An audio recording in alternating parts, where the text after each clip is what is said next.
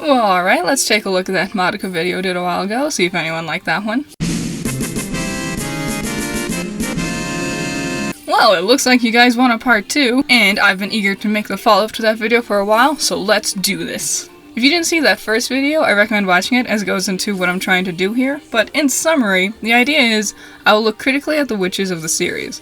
Using context clues of their design and information from production notes, I want to figure out what kind of magical girl the witches were before they became the monsters we see. What kind of weapon or magical ability did they have? What did they wish for? What caused their grief seed to hatch? And where did their grief seed hatch? Last time, I looked at all the witches we see in the anime, but if you constantly scour the Madoka wiki, like me, you know there's a handful who aren't featured in the show proper, but instead we get a better look at them in the Madoka Magica portable game. Now, unfortunately, the portable game isn't translated into English, so without playing it proper, it's going to be hard to fully get the context around some of these witches, but I'll do my best. Let's take a look at some more Madoka witches. Suika, the Dark Witch with a delusional nature. We get a quick glimpse of one of her familiars at the beginning of episode 8. It's a thing Mommy kills before talking about her wish. She's a weird one, clearly obsessed with the darkness. Even her description says, her power grows when the darkness deepens. And a production note describes her labyrinth as, like fighting in the night sky, pretty and sparkly. So I'm thinking her magical girl must have been in some sort of therapy. Maybe it's just me, but every time I look at these designs, I think about Rorschach tests. These are used by doctors and therapists where the patients look at one of these ink blots and describe what picture they see. It's mostly used to examine personality or emotions, and some use it to judge if a patient has a thought disorder. Suika and her familiar feel like living ink blots, and some of their production notes seem to support that theory.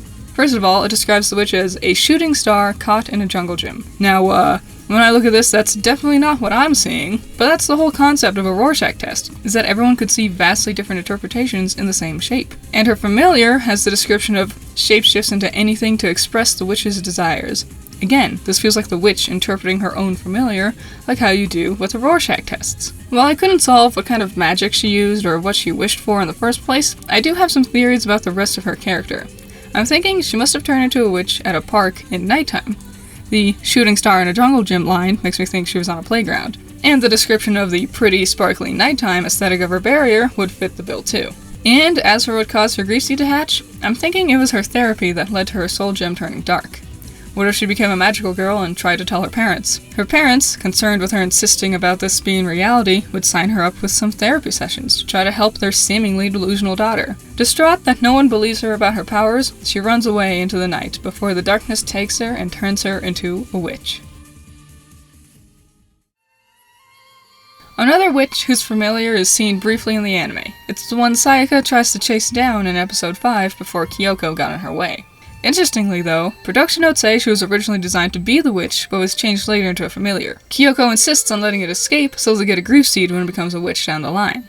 The portable game then came up with the real witch, Albertine, the scribbling witch with an ignorant nature. She appears rather doll-like, and her description says she loves hide and seek. Because of all these, I believe Albertine was probably a rather young girl when she became a magical girl. Kyubei says he's looking for girls who are hitting puberty to make contracts, because due to their high hormonal state, causes more intense emotions to free that energy back into the universe, which he feeds on. Girls can hit puberty as early as age 7, so it's not totally out of the question for Albertine to be much younger than the other magical girls we see. Another important note about her familiar says, transforms humans into balls. A human who has been transformed into a ball cannot revert to human form until he bounces against the ground once for each lie that he has ever uttered. If Albertine is as young as I think she is, then this sentiment has some upsetting implications. I think she probably had a rather rocky home life. I don't think she was physically abused, as nothing in her notes or design hints to that, but I think she had parents who probably didn't give her enough attention. And based on Anja's bounce for every lie ability, it would seem Albertine's home life was probably prone to broken promises. While I think these living circumstances helped Kyubei to approach her and might have led to her soul gem hatching, I think I know what her wish might have been. We know your magic ability is related to the wish you make, and even as a witch you can use that magic still. Albertine is seen drawing doodles to create her familiars. I think she made a wish similar to, I wish I can always make my own friends. If her family was neglectful, I suspect she would want a way to always have someone with her, granting her the power to make her drawings come to life. Then, probably, due to her stressful home life and the physical demands of fighting witches, This little girl just couldn't keep it up for too long. Jazella actually makes a tiny appearance in Kyoko's flashback in episode 7. She's the Silver Witch with a liberal nature. Funny enough though, despite being the Silver Witch, she's become rusted over. There's even a production note that says, her body was once dazzling silver, but she has tarnished gazing upon the coastal sunset. Her grief seed features what looks like an engine with handlebars on top, and there's another production note on her familiars that say they play the Godfather theme from their exhaust pipes. So I'm pretty sure Jazella was a gangster. I believe she was a rather old witch, and Jazella had hatched during the 50s. She probably rusted over time, and it seems pretty on the nose that her familiars play the Godfather theme when that series takes place between 1945 and 1950. I don't think I would classify her as a yakuza, as they were more of an organized major crime syndicate. Instead, everything about her design seems to point her being a bosozoku. Bosozoku translates to running out of control as a vehicle tribe, which just rolls right off the tongue, doesn't it? They started making their first major appearances right around the 50s. They traditionally wore leather jackets, baggy pants, and tall boots. They would call this attire Tokofuku, which translates to special attack clothing. And I'm gonna be honest, that fact doesn't really have anything to do with Jazella, but I really want to tell you that they call their clothes special attack clothing. Bosozoku were known to soup up their motorcycles in similar vein as American choppers and greasers. They would ride around without helmets, which was illegal in Japan, weave through traffic, cause disturbances with their loud engines, and that motorcycle theme is a perfect match in Jazella's design and her grief seed. So, I believe Jazella made a wish that made her stronger. Looking at her second form, the witch strikes a rather golem-esque appearance. Golems come from Jewish folklore, and was traditionally crafted out of mud or clay. However, nowadays, we see golems designed after any sort of element or material. Golems were crafted to perform tasks, so I believe Jazella was a soldier for a gang. Kyubey offered her a wish, and I believe she wished to become stronger to help her with fighting. While I'm not entirely sure what caused her grief seed to hatch, I do think I know where it happened. On a coast, where she stared out into the sunset. Kiri is only seen in the portable game. She's the Needle Witch with a respectful nature. And I'm sure you noticed, but she's got a pretty striking face there, huh? This is only her first form. She does have a second one without the Kyubey head, which appears to only be a mask. All I could find was the note saying, she is the remains of a magical girl who gave up everything to fight for the universe. I believe she must have been pretty similar to Madoka in some degree, wishing to help save the world, and I think she found out about Kyubey's true intentions, and knowing about his deceit must have upset her to the point of becoming a witch. That's why I think she adorns the Kyubey mask. She's masking herself from his cruel reality. Her card even says she believes that she is saving the universe even now. I couldn't find much else about her. She is only a bonus boss fight in the portable game, just like our next witch.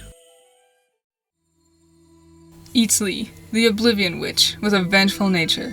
She is in fact an alien. Her card says she's a witch who is said to have originally been a magical girl who came from the end of the galaxy, and that has shown herself to forget about the magical girls from this universe. This makes me think Itzli was actually suicidal. She's revealing herself to forget, knowing others will attack her upon her arrival. This would suggest she is somewhat aware of her surroundings, even while in witch form.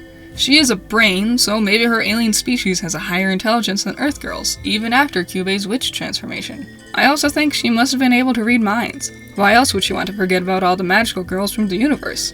I believe she can read minds of the magical girls and witches, being able to read the torment and the darkness that turned their grief seeds black. Her familiars look like shadows of other magical girls, just like Walpurgisnacht. But rather than being a magical tornado like Walpurgisnacht, I think they're more memories Itzli comes across, capturing their essences as she reads their minds and feels their pains. Now, that was most all of them for the portable game, but wait, I'm not done yet, because even though the portable game hasn't gotten an English translation, something amazing has happened recently.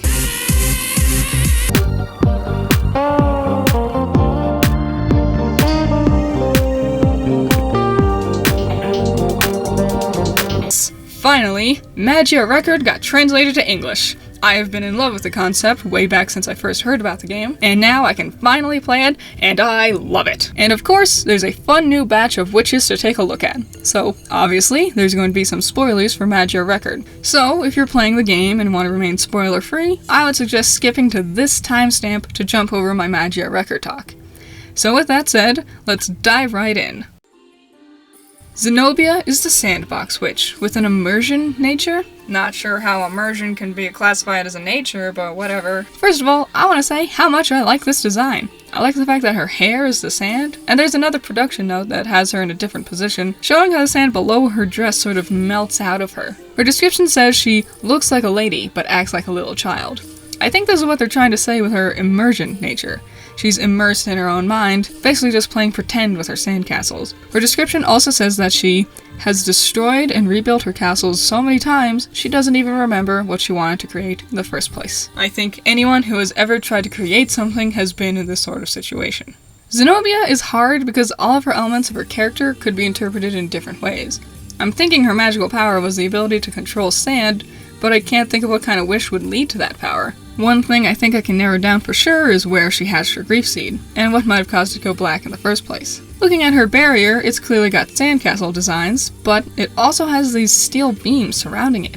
Rather industrial for being a piece of the ocean front.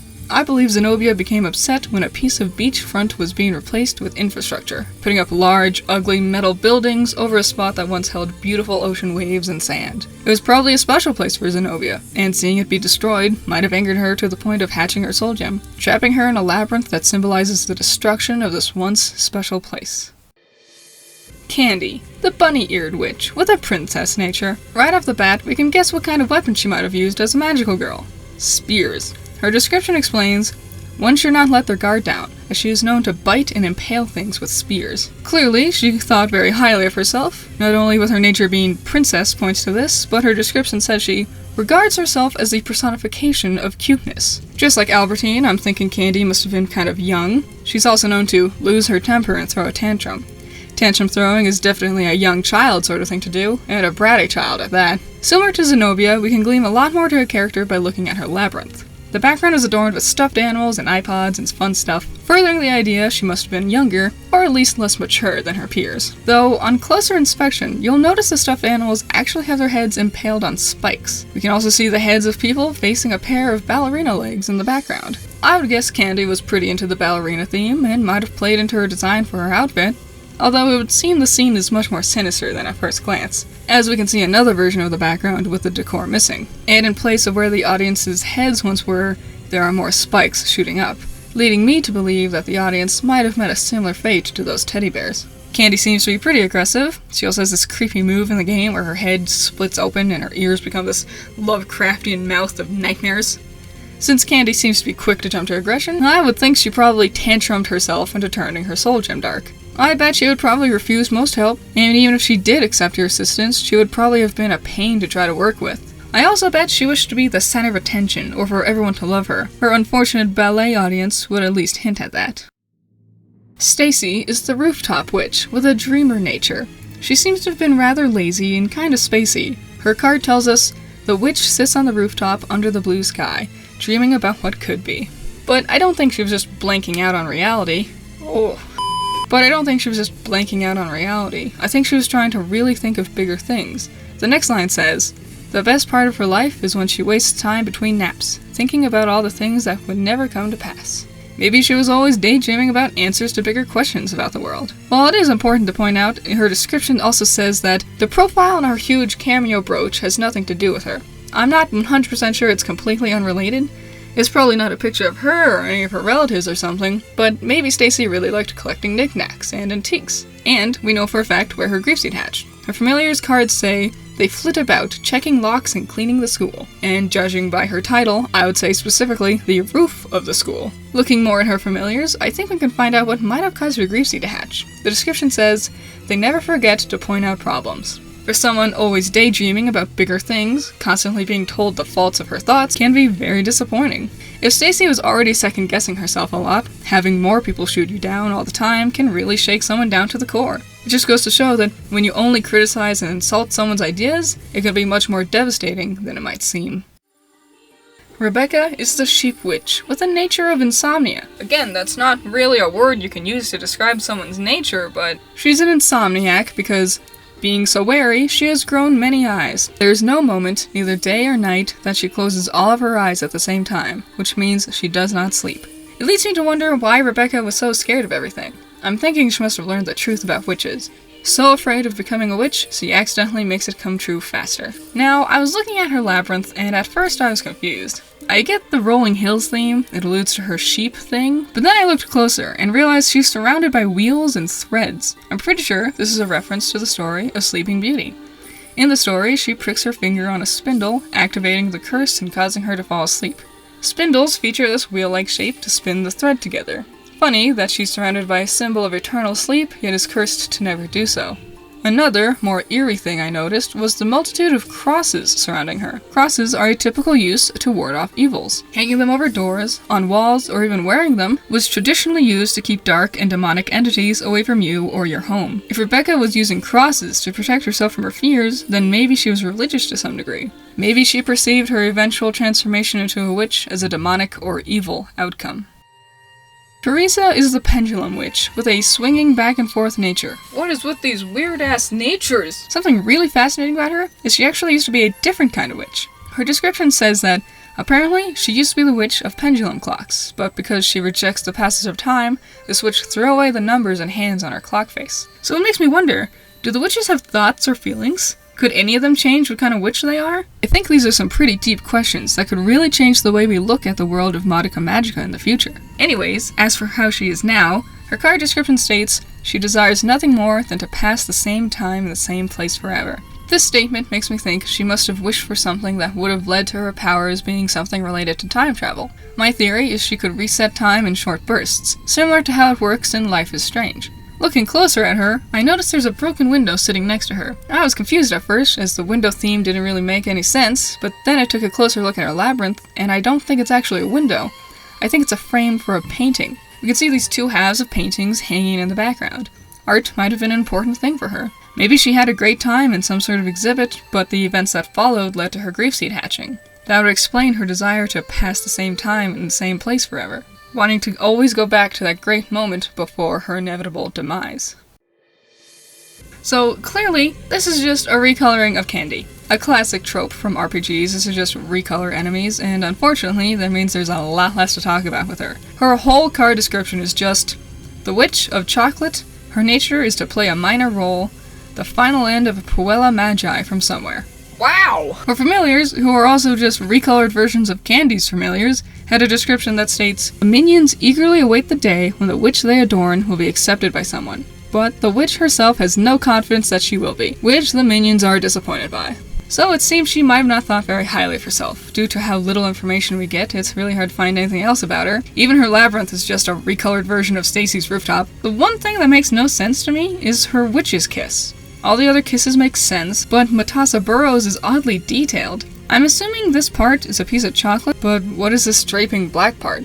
It doesn't look like a candy wrapper, it actually looks like cloth or some kind of hood. Then on top of that, what is this weird eyeball shape? It reminds me of the eye symbol seen on a peacock feathers, but I have no idea what that could mean. It's such a shame. I feel like if we just had a little more information on her, we could uncover something really cool and fascinating. This is the one I'm most excited to hear your thoughts on. Any and all theories you might have, leave them in the comments because they've got to be super crazy, especially about this one. The Babysitting Witch, with an impoverishment nature.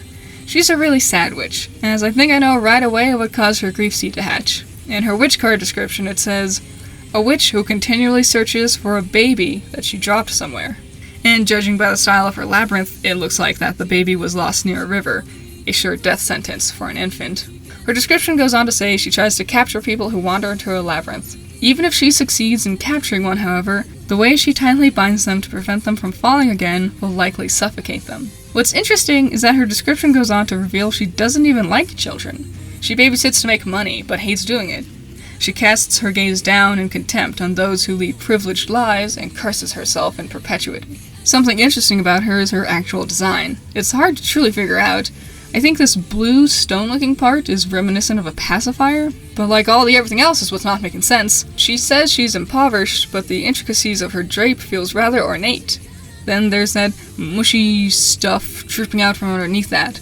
I assume it's supposed to be baby food, but it's kind of up for interpretation. Regardless, it would seem that the frustrations of having to keep up her babysitting gig, then losing the child while in her care, would be more than stressful enough to make her grief seed hatch. Though it does bring up the question. It would seem after Kyubey approached her, she didn't wish for money of any sort, since she had to keep up her babysitting. But then, what did she wish for? I tried finding it out, but Nothing she does and nothing I could find could really help point me towards an answer. I'm thinking this is probably a big case of regretting the wish you made, and having to live with the consequences of wishing for someone else.